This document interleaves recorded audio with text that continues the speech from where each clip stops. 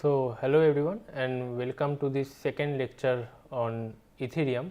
So, in this particular lecture, we will be discussing about some more complex transactions on the Ethereum network, and we will be seeing how we can use the Go Ethereum client and the account that we created to transfer some amounts of Ether from one account to another, and we will be seeing how we can monitor those transactions. So, the keywords for this lecture are Ethereum transactions, we will be learning about gas and also faucet, which is the way of obtaining some ethers for the test networks.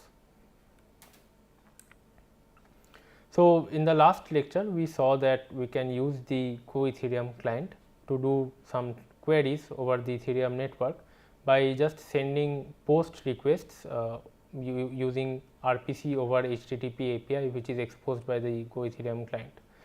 So, these particular queries were just about reading the Ethereum ledger and not really changing any data or writing anything back to the ledger. So, to write something to Ethereum ledger or to commit some new transactions to the Ethereum ledger, we need to invoke and basically execute Ethereum transactions, which are nothing but cryptographically signed instructions from already registered accounts. Okay. So, accounts are basically a key pair, public key and a private key.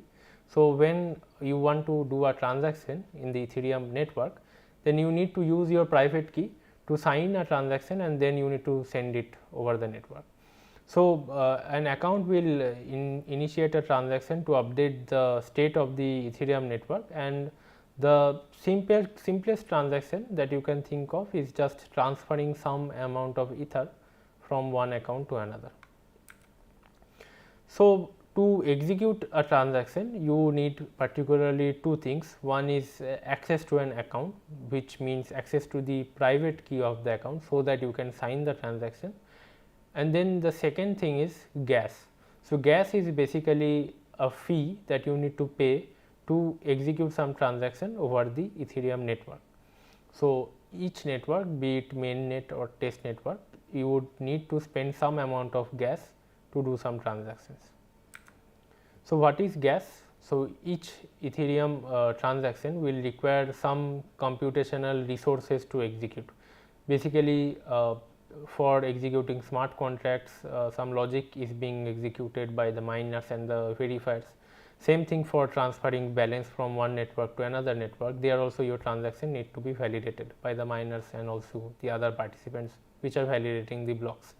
So, as a result, each transaction needs to have some kind of a fee, and this fee is basically gas, and gas is basically paid in amounts of ethers. So, in Ethereum you need to spend some quantity of cryptocurrency to execute any kind of transaction. So, for getting some gas in the main network, you would need to somehow get some Ethereum or ethers, which you can buy from different cryptocurrency exchanges in exchange of real currency, in for example, against rupees. So, you can pay an Ethereum basically a cryptocurrency exchange some amount of rupees, and in exchange of that exchange will provide you some amount of Ether. So, you can get cryptocurrencies for the main network in that way, or you can participate as a miner, and if you can mine some blocks or if you can take part in a mining pool which is successful in mining blocks, then you will be getting some amount of Ether yourself. But usually Ethereum is expensive, and for doing transactions we would be for testing transactions we would be using the Ethereum test networks, specifically the GoLD network in this case. Now, participating in a test network is no different technically than participating in a main network. The only difference is that in the test networks you can get some ethers easily without spending any money or resources. So, for Ring-B, Ropsten and GoLD, all these three popular test networks, they have a tool called faucet using which you can get some ethers, and you can use those ethers to do transactions and basically pay the gas fees. Okay. So, these are the different URLs to the faucets of Goerli test networks and Ringby test networks, but they usually have a mechanism to limit the amount of ethers that each user can get, because of course, if these faucets are not restricted, then some malicious users can go and get as many ethers as they want, and then they might do many transactions and kind of DDoS or DOS the network, basically launch a denial of service attack on this Ethereum network. So, to get Goerli test network ethers, you can use the faucet of the Goerli testnet. This is similar to Ringby test networks also. So, these faucets are protected by a mechanism in which you need to use your social media accounts, and you need to post something in your social media accounts, and then only you will be able to get the ethers for these test networks.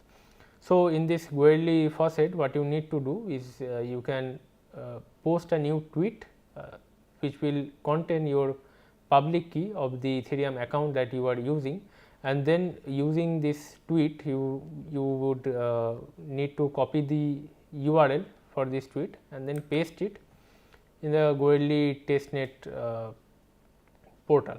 So, they have this portal for the faucet. If you paste the URL of the tweet, it will give you 3 options: 6 ethers for 1 day, 15 ethers for 3 days, or 37.5 ethers for 9 days.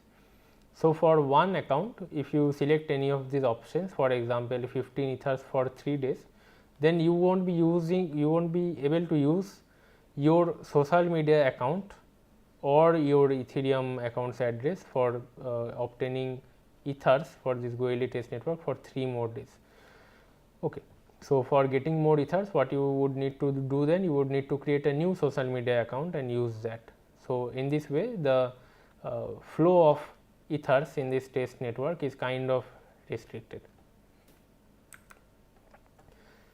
So, once you have some ethers in your test network accounts, you can get started using that amount of ethers to do some transactions. But before you can do transactions, what you need to do is you need to unlock your account. To create a new account for Goerli testnet, you need to have this option specified, which is -- Goerli, and then you can use the password which you are setting while creating the account. You can save that password into a text file and then use that password to connect to the Goerli test network in an unlocked account mode. How to do that? So, that is done by passing these options unlock insecure, allow insecure unlock, and unlock then account's address, and then passing the path to the password file. So, we will show you how you can create a new account in the Goerli test network, or how you can use an existing account and move it to the Goerli test network, and then how you can connect to the test network by unlocking this particular account. So, if we see get space account space list, then this is basically listing all the accounts which are created for the Ethereum main network, because here you see the option -- Goerli is not specified.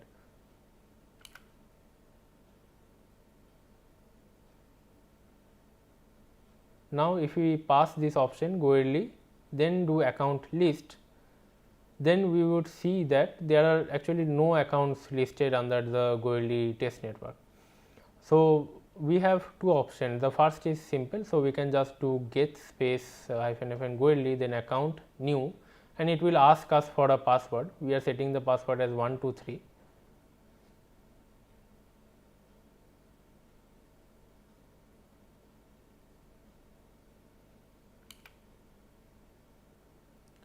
Then this is simply creating a new account for you in the Goerli test network.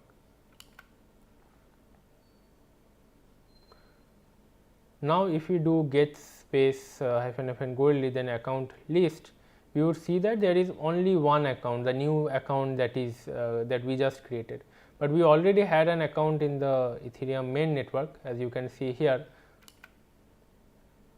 the account 0 in the Goerli network and the account 0 in the Ethereum network are different. So, what if we wanted to use the account which we already created in the Ethereum main network in the Goerli network? So, we can do that by simply copying this file in the key store from the Ethereum directory to the Ethereum / Goerli / key store directory like this.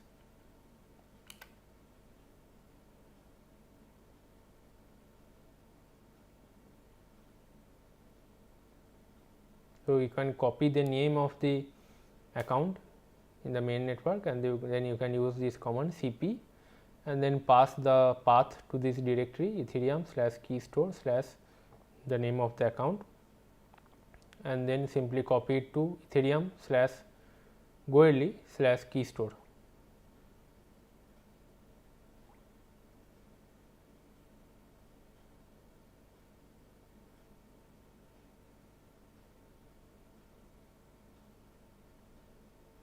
Now, if you do get space -FN Goerli space account space list, then we can see that the two accounts are listed here.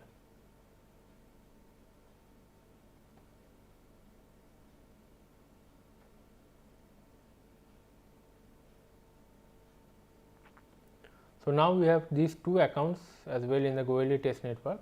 So, if we want to use this to do some transactions, what we would need to do is basically we need to save this password 123 which we had set while creating this account into a file called any you can name it anything. We are just naming it pwd.txt. So, you can simply do echo space then in quotes your password, then this symbol greater than symbol, which will be redirecting this output of echo which is the password to this file named pwd.txt.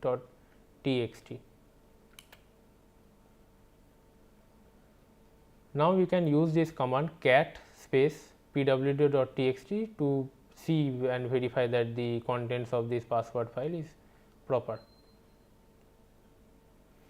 So, we can start this test network or Go Ethereum client and connect to this test network in this sync mode light and HTTP enabled, and then we can pass this option allow insecure unlock and also -FN unlock then space the public key of the account which we want to unlock, and then add the option which to specify the password file. So, -FN password space name of the file where the password is saved. So, if we hit enter, we can see that the output is same, but here we have one extra print statement, that is unlock account and then address. So, from the third last line you can see unlock account address. So, we will keep that terminal running, and then we would be using that Ethereum client to do some transactions. So, once we have this Ethereum client, Go Ethereum client running while the account is unlocked, we can use that to send some transactions by doing RPC over HTTP API calls. So, we would be doing a simple transaction to send some amount of ether from one account to another account. So, to do that we will be using ETH_send transaction. So, this type of transaction, as you can see here, that this is also similar to get balance, but it is a post request and it takes different parameters. So, we need to specify from, to and also value. So, the from is basically the address the transaction is sent from. So, basically if you are sending some ether from account A to account B, then from would be account A and to would be account B, and value would be the quantity of ether that we want to send. Okay. So, you can actually use this ETH send transaction to execute more kinds of transactions. Basically, apart from sending Ethereum from one network to another, you can use this to deploy smart contracts also, but we will be just sticking to this simple case of sending transactions or sending Ethereum from one account to another. So, to prepare a send ETH or send transaction, ETH underscore send transaction, to prepare this ETH underscore send transaction, you need a payload like this. It is very similar to the get balance payload, but the method name is ETH underscore send transaction and these parameters are different. So, the from is from address to, and then this value is basically the amount of ether you want to send in hexadecimal format. Okay. So, this is basically 0.1 ether. So, this is 0.1 into 10 to the power 18 way, which is converted into hexadecimal, and this is the value in the hexadecimal that you need to pass to do the transaction. Then simply we need to submit this transaction as a post request, very similar to the step we did before for querying the balances. So, we would be using this curl command to send a post request, and it will give us an output which will contain the hash of the transaction. Okay. So, the hash of the transaction is something like this, it is a hexadecimal string, and we can use this hash to actually monitor the status of this transaction from a portal. So, each Ethereum network usually runs this Etherscan portal, or the popular networks run this Etherscan portal. So, we have one Etherscan portal for the main network as well as for these popular test networks Ropsten, Ringbee and Goerli. So, if you open Goerli's Etherscan portal, we will be able to monitor these transactions there. And then finally, if you want to also query the status of this transaction from the Go Ethereum client itself, you can also do that using a different kind of query, which is ETH underscore get transaction by hash. So, it will take this parameter of the hexadecimal string, which is a transaction hash, and then it will provide you some information which is will show you the status of this transaction. If that is mined, it will show you in which block it had been mined, etc., and many other details. So, before actually sending the Ethereum from the two networks, let us just first query the balances. We can see that in this account starting with 0xD48, we have this particular balance. So, we can also convert it into decimal to check what it looks like in way unit. So, as you can see, it is basically 0.1 ether. Now, we can we have to use another account where we will be sending this amount. So, we can query the other account starting with 0x5f, and we can see that the balance of this account is actually 0.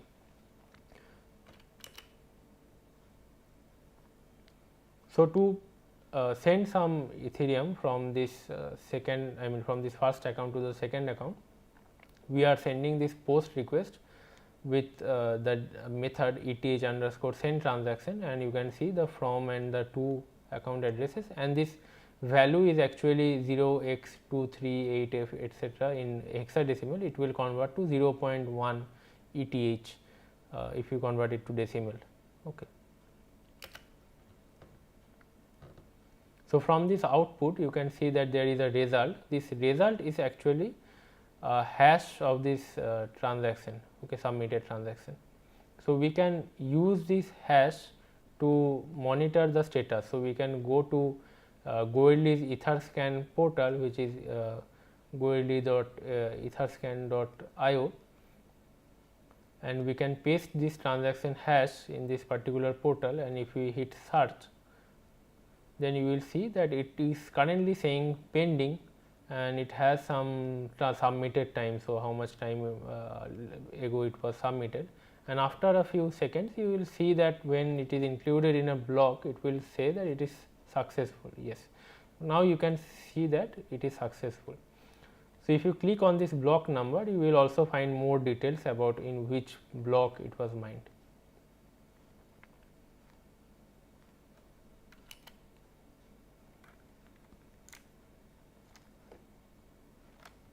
Now we can also use this post request with ETH underscore get transaction by hash and paste the hash of the transaction as parameters to get the transaction details from this Go Ethereum client. So here also you can see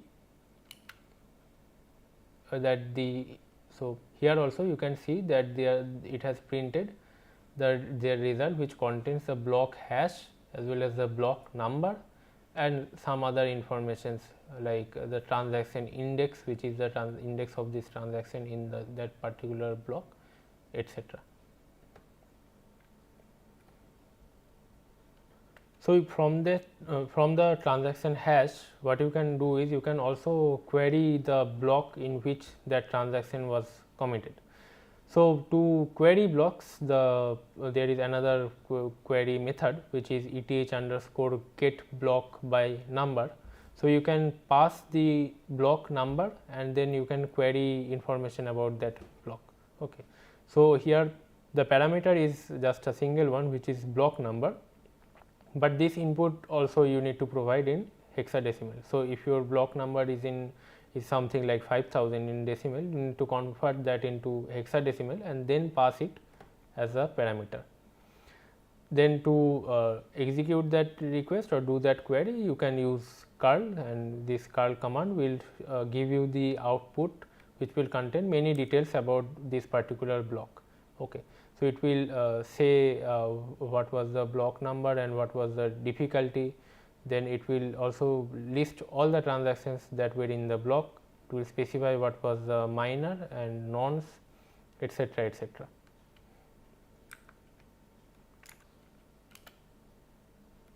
So from the transaction hash, we can go to Etherscan, and from there we can get the block number.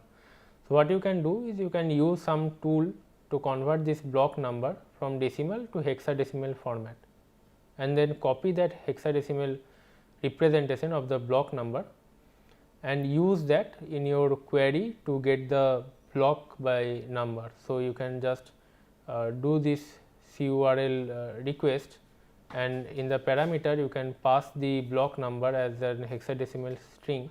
I mean the one we just converted, you can paste it there, and if you hit enter, then you will see that you get a very long output which has many details about this particular block.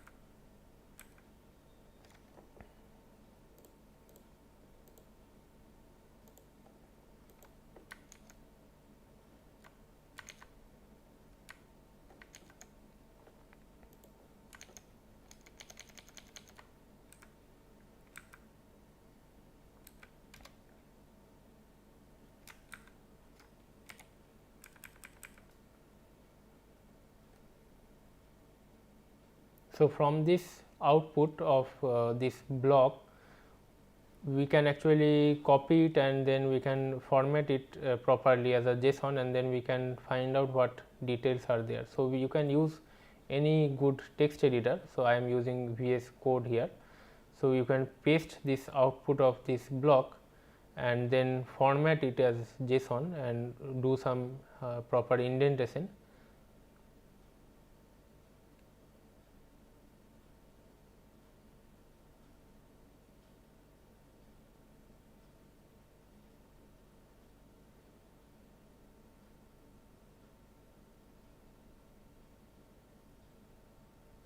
So now after re-indenting this entire thing, you can easily see what contents are there in this particular file. So we can see that it lists several information such as difficulty, then gas limit, then gas used, hash, and then also the nonce. Okay.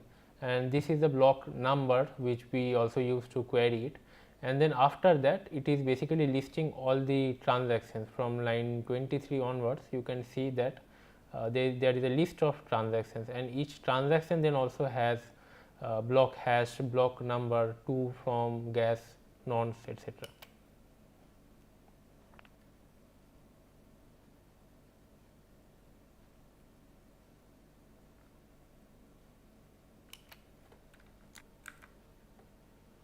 So, we saw how to actually send a transaction and use send transaction to transfer some amounts of ether from one network to another network.